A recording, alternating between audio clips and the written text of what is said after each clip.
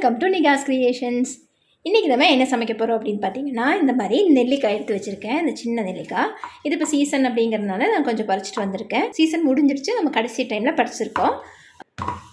அதுக்கு தேவையான பொருளெல்லாம் எடுத்து வச்சுருக்கேன். மெஷர்மெண்ட் எல்லாமே வந்து நான் டிஸ்கிரிப்ஷனில் கொடுக்குறேன், செக் பண்ணிக்கோங்க. இப்போ என்னென்ன இன்க்ரீடியன்ட் மட்டும் சொல்லிடுறேன். இதில் பார்த்திங்கன்னா கருவேப்பிலை இருக்குது, நமக்கு எவ்வளோ வேணுமோ அந்தளவுக்கு நம்ம எடுத்துக்கலாம். இஞ்சி வந்து ஒரு சின்ன பீஸ் இந்த மாதிரி நீளமாக கட் பண்ணி வச்சுருக்கேன். பூண்டு வந்து ஒரு 8லேருந்து 10 பல் பூண்டு எடுத்திருக்கேன், அதையும் சின்னதாக கட் பண்ணி வச்சுருக்கேன். ஒரே ஒரு பச்சை மிளகாய் எடுத்திருக்கேன் நான். ஏன்னா குழந்தைங்க வந்து விரும்பி சாப்பிடுவாங்க அப்படிங்கிறனால நான் கொஞ்சம் காரம் கம்மியாக செய்கிறேன். நீங்கள் வந்து 2லேருந்து 3 கூட எடுத்துக்கலாம். அப்புறமா 1 டேபிள் ஸ்பூன் கடுகு, 1 டேபிள் ஸ்பூன் வெந்தயம் எடுத்து வச்சுருக்கேன். இது நம்ம நல்லா ரோஸ்ட் பண்ணி அதுக்கப்புறம் கிரைண்ட் பண்ணிடணும். அப்புறம் இதுக்கு தேவையான தூள் ஐட்டம் எல்லாமே வச்சுருக்கேன். மிளகாத்தூள் வச்சுருக்கேன், அது வந்து கொஞ்சமாக எடுத்திருக்கேன், 1 டேபிள் ஸ்பூன் அளவுக்கு. காஷ்மீரி சில்லி பவுடர் கொஞ்சம் அதிகமாக எடுத்திருக்கேன், ஒரு 1.5 டேபிள் ஸ்பூன்லேருந்து 2 டேபிள் ஸ்பூன் வரைக்கும் எடுத்துக்கலாம். கொஞ்சமாக மஞ்சத்தூள், லைட்டாக கலருக்காக மட்டும்தான். மல்லித்தூள் பார்த்திங்கன்னா 1 டேபிள் ஸ்பூன் எடுத்திருக்கேன். இதுதான் வந்து நம்மளோட இன்க்ரீடியன்ட்ஸ். அப்புறம் பார்த்திங்கன்னா எண்ணெய் இருக்குது. நல்லெண்ணெய் தான் நான் இன்றைக்கி யூஸ் பண்ண போகிறேன். நீங்கள் தேங்காய் எண்ணெய் கூட யூஸ் பண்ணிக்கலாம், பெட்டர் வந்து நல்லெண்ணெய் தான். ஊறுகாய்க்கு எப்போவுமே நல்லெண்ணெய் சூப்பராக இருக்கும். அப்புறமா கொஞ்சமாக வினிகர் எடுத்து வச்சுருக்கேன். இனி தேவையான அளவுக்கு உப்பு நமக்கு தேவைப்படுது. இப்போ நம்ம இதை சமைக்க ஆரம்பிக்கலாம். இது சமைக்கிறதுக்கு முதல்ல ஒரு பாத்திரம் அடுப்பில் வச்சுருக்கேன். இதில் வந்து நம்ம இந்த வெந்தயம், கடுகு ரெண்டையுமே வந்து ரோஸ்ட் பண்ணி எடுத்துக்கணும்.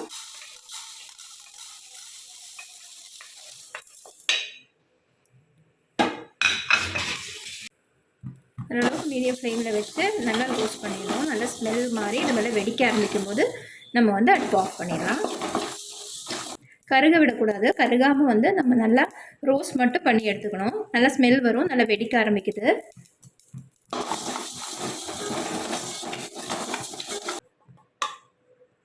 இப்போ நம்ம அதே பேனில் எண்ணெய் சேர்க்க போகிறோம். இது வந்து நல்லெண்ணெய்.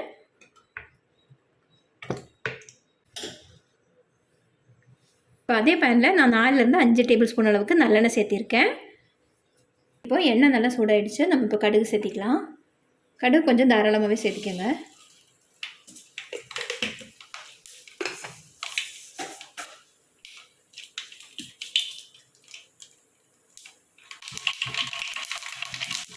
கடுகு நல்லா பொரிஞ்சது நம்ம வந்து இஞ்சி சேர்த்துக்கலாம். இஞ்சி, கருவேப்பிலை சேர்த்துக்கலாம். அதுக்கப்புறமா தான் நம்ம பூண்டு சேர்க்கணும். இஞ்சி வந்து கொஞ்சம் நல்லாவே ரோஸ்ட் ஆகணும். பூண்டு வந்து லைட்டாக வதங்கினா மட்டும் போதும். ஃப்ளேம் வந்து ஒரு மீடியம் ஃப்ளேமில் வச்சுக்கோங்க. மீடியம்லேருந்து லோ ஃப்ளேம் வச்சுக்கோங்க.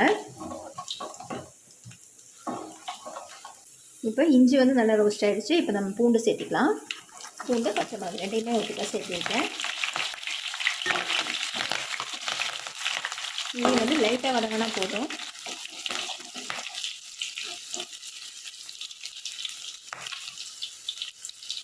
இப்போ நம்ம பூண்டு, பச்சை மிளகாய் ரெண்டையுமே சேர்த்திருக்கோம். இது ரெண்டையுமே வந்து நல்லா வதங்கினதுக்கப்புறமா நம்ம வந்து மற்ற இன்க்ரீடியன்ட் சேர்க்கணும். அதுக்குள்ளே நம்ம இந்த வெந்தயம், கடுகு வறுத்து வச்சுருக்கோம் இல்லையா, அதை வந்து பொடிச்சிட்டு வந்துடலாம்.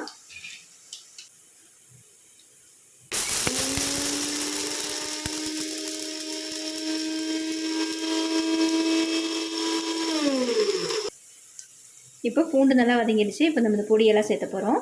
நம்ம எடுத்து வச்சுருக்கலாம் மிளகாத்தூள், மல்லித்தூள், மஞ்சத்தூள் இதெல்லாமே அப்படியே சேர்த்திக்கிறேன். ஃப்ளேம் வந்து லோ ஃப்ளேமில் வச்சுக்கோங்க. இது வந்து கருகக்கூடாது. கருகாமல் நம்ம இதை வந்து வதக்கி எடுத்துக்கணும்.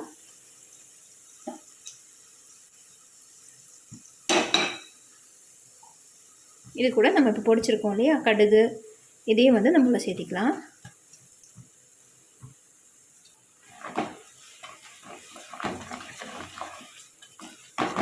மெதுவாக லோ ஃப்ளேம்லேயே வந்து இதை வந்து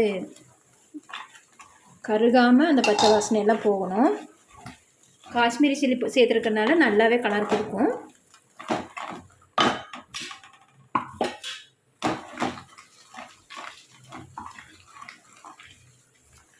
இன்னும் நம்ம உப்பு சேர்த்தலை. நெல்லிக்காய் சேர்த்துனதுக்கப்புறமா நம்ம வந்து உப்பு சேர்த்திக்கலாம்.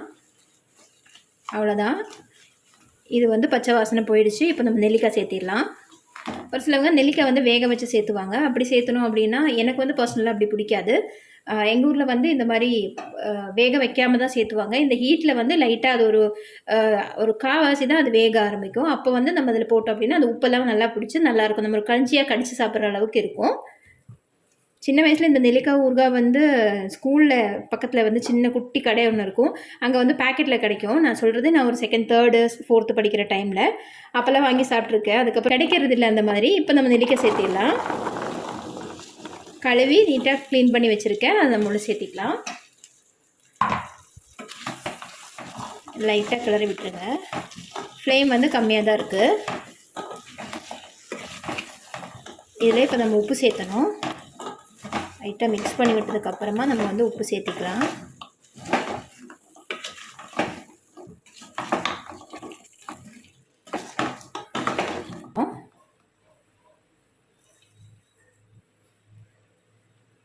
தேவையான அளவுக்கு உப்பு போட்டு நம்ம லைட்டாக மிக்ஸ் பண்ணி கொடுத்துடலாம். இப்போ ஃப்ளேம் வந்து கொஞ்சமாக ஹையில் வச்சுக்கோங்க.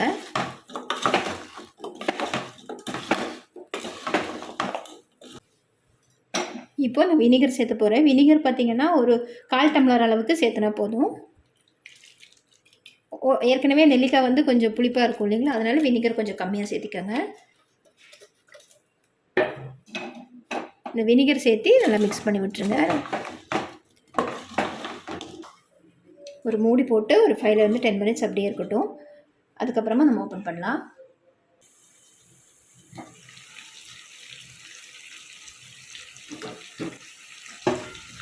இப்போ லைட்டாக பெருங்காயத்தூள் தூக்கியிருக்கேன். ரொம்ப லைட்டாக தான் பெருங்காயத்தூள் போடணும், அதிகமாக சேர்க்கக்கூடாது.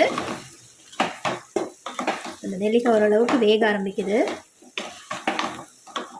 சொன்ன மாதிரி ஒரு 5 to 10 நிமிஷம் அப்படியே வச்சுருங்க.